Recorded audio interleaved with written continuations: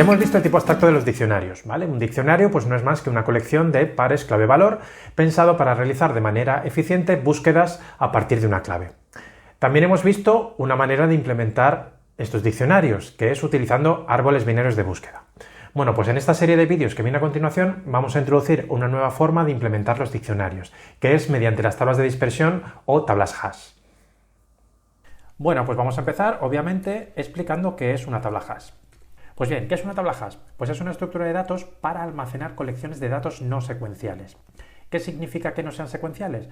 Pues que no existe la noción de posición a la hora de, por ejemplo, insertar elementos, ¿vale? Yo no puedo decir insértame este elemento al principio o al final de la estructura. Esto contrasta, por ejemplo, lo que pasaba con las listas, con las pilas y las colas, donde ahí sí que había noción de posición.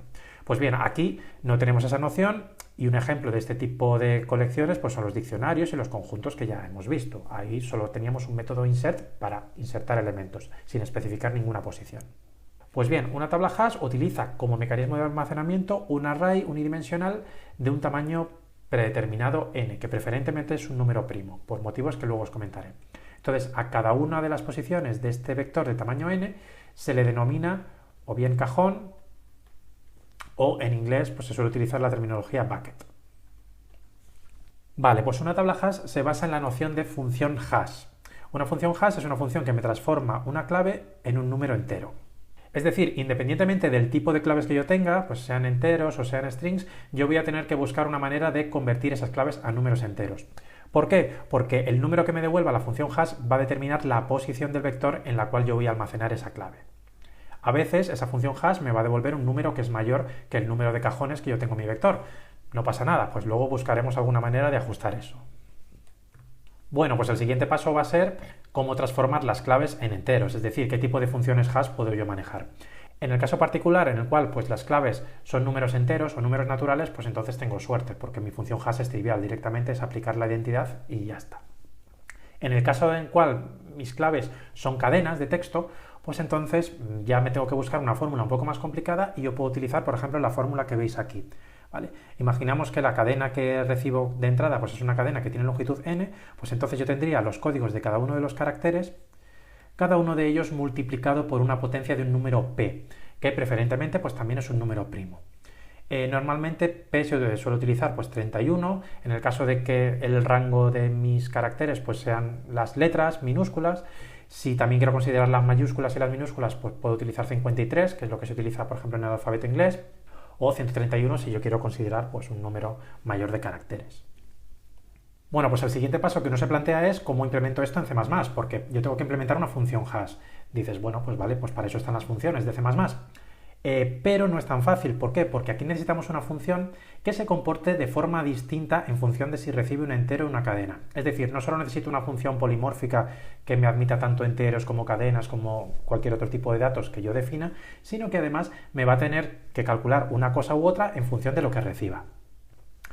Además, también queremos poder extenderla para tratar nuevos tipos de claves. Es decir, pues hasta ahora he tratado enteros y cadenas, pero ¿qué pasa si yo quiero añadir una clase fecha, por ejemplo, y quiero utilizar fechas como claves? Pues entonces también debería poder extender esta función hash para tratar fechas o para cualquier otro tipo de datos. Entonces, la solución que tenemos para esto en C++ son los objetos función.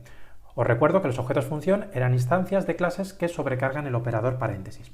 Entonces, en las librerías de C++ existe una clase que se llama hash, que básicamente se encarga de sobrecargar el operador paréntesis, en este caso recibiendo una clave genérica k como parámetro y me devuelve el código hash de esa clave.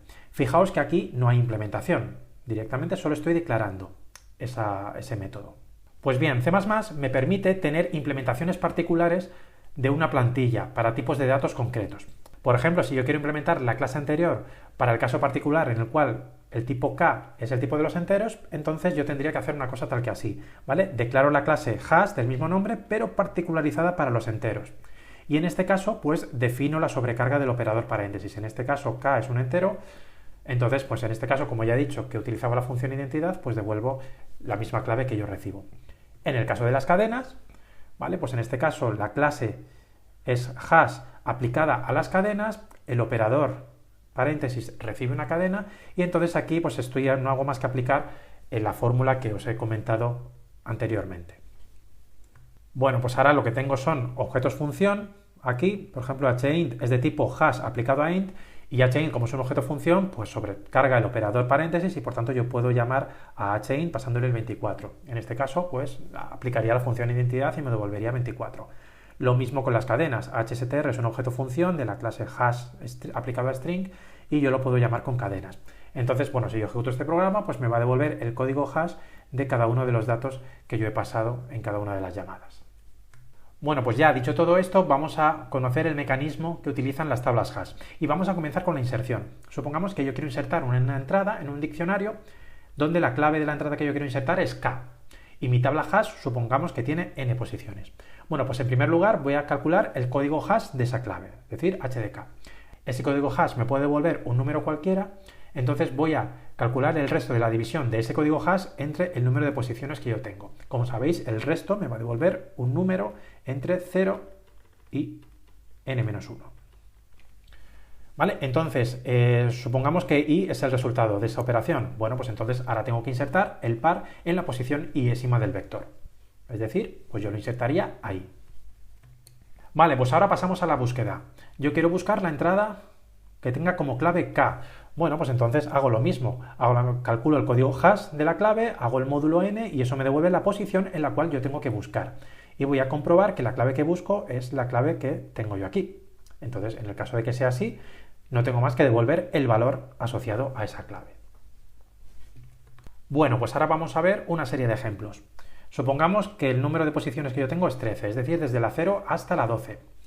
Y ahora quiero insertar la entrada 35 asociado a un valor determinado que no me interesa, ¿vale? Aquí solo voy a mostrar las claves y los valores pues los voy a poner como V1, V2, etc. Vale, pues entonces calculo el código hash de 35, en este caso es 35, y luego hago el módulo 13 y me sale 9.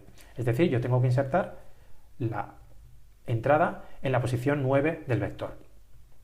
Ahora pongamos que yo quiero insertar la entrada con la clave 136. Pues hago lo mismo de antes, calculo 136 módulo el número de posiciones y me sale el 6. Entonces esto va a la posición número 6. Ahora vamos a hacer una búsqueda. Quiero buscar la entrada que tenga como clave 35. Bueno, pues hago el módulo 35 módulo 13 y eso me devuelve un 9, entonces me voy aquí. Y entonces compruebo que la clave que yo tengo en esta posición coincide con la clave que yo quiero buscar.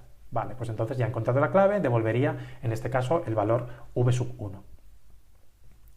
Ahora quiero buscar una entrada con la clave 41. Bueno, pues 41 módulo 13 me sale 2, cual significa que yo tengo que buscar aquí, y en este caso esa posición está vacía, no tengo nada, por tanto lo que devuelvo es pues, que esa clave no ha sido encontrada. Ahora quiero buscar la entrada con la clave 149. Pues de nuevo, 149 módulo 13 me sale un 6, lo cual significa que tengo que buscar ahí. Pero si os fijáis, la clave que yo tengo no es 149, es 135. Por tanto, lo que devuelvo es que la clave no ha sido encontrada. Ahora supongamos que quiero hacer una inserción. Otra inserción más. En este caso quiero insertar la clave 61. Bueno, pues 61 módulo 13 me sale 9. ¿Y qué es lo que pasa? Que lo tengo que insertar aquí. Pero ¿qué pasa? Que aquí la posición ya está ocupada.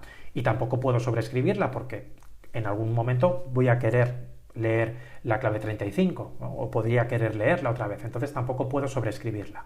Bueno, pues ese es el asunto más complicado de las tablas hash. ¿Qué pasa cuando dos claves van al mismo cajón? Bueno, pues cuando esto ocurre, decimos que hay una colisión. Es decir, cuando una función hash envía dos claves K1, K2 a la misma posición del vector. Esto ocurre en particular cuando, después de calcular el código hash de K1 y el código hash de K2 y hacer el módulo n, pues obtenemos el mismo resultado. O, dicho de otra manera, cuando el código hash de K1 es congruente módulo n, con el código hash de K2. Entonces, bueno, esto debemos evitarlo. Es decir, una buena función hash debería distribuir las claves de la manera más uniformemente posible entre las distintas posiciones del vector, para que la probabilidad de colisiones sea baja. Pero claro, que la probabilidad de colisiones sea baja no significa que sea cero. Es decir, tarde o temprano vamos a tener colisiones. Entonces lo que vamos a ver a partir de ahora es cómo tratar esas colisiones. Principalmente hay dos enfoques. El primero de ellos es el de las tablas hash abiertas, que consiste en almacenar varias entradas dentro de una misma posición del vector. Es decir, cada posición del vector contendrá una lista de todas las claves destinadas ahí. ¿Vale? En este caso, si yo quería insertar el 61, como le tocaba la posición 9 de mi vector, pues entonces yo voy a tener pues, en la posición 9 una lista de entradas clave-valor. De esta manera, cuando yo quiera realizar una búsqueda, pues voy a tener que buscar en todos los elementos que estén asignados a este cajón de aquí. Otro enfoque distinto es el de las tablas hash cerradas. En este caso, cada vez que se produce una colisión, reubican el par que queremos insertar en una posición alternativa. ¿Vale? En este caso yo quería insertar el 61 le toca aquí, pero este sitio está ocupado. Entonces, en lugar de la posición 9, me voy a ir a la posición 10 y lo voy a insertar ahí. Eso significa que luego yo cuando busque claves, si yo quiero buscar el 61, la función hash me va a enviar aquí, a la posición 9. Entonces eso significa que voy a tener que ir revisando no solo la posición 9, sino también las siguientes hasta que llegue a una posición vacía o hasta que encuentre la clave. Bueno, pues dicho esto, en función del enfoque que yo quiera aplicar, pues voy a tener una implementación distinta. Nosotros esta semana vamos a tener dos implementaciones. Una de ellas utilizando tablas hash abiertas, es decir, pues una lista asociada a cada una de las posiciones, y otra utilizando tablas hash cerradas, en la cual pues busco posiciones alternativas cuando tengo una colisión. En el caso de las tablas hash abiertas, pues vamos a considerar primero tablas de tamaño fijo, vamos a estudiar su coste y vamos a entender la necesidad de tener tablas redimensionables dinámicamente.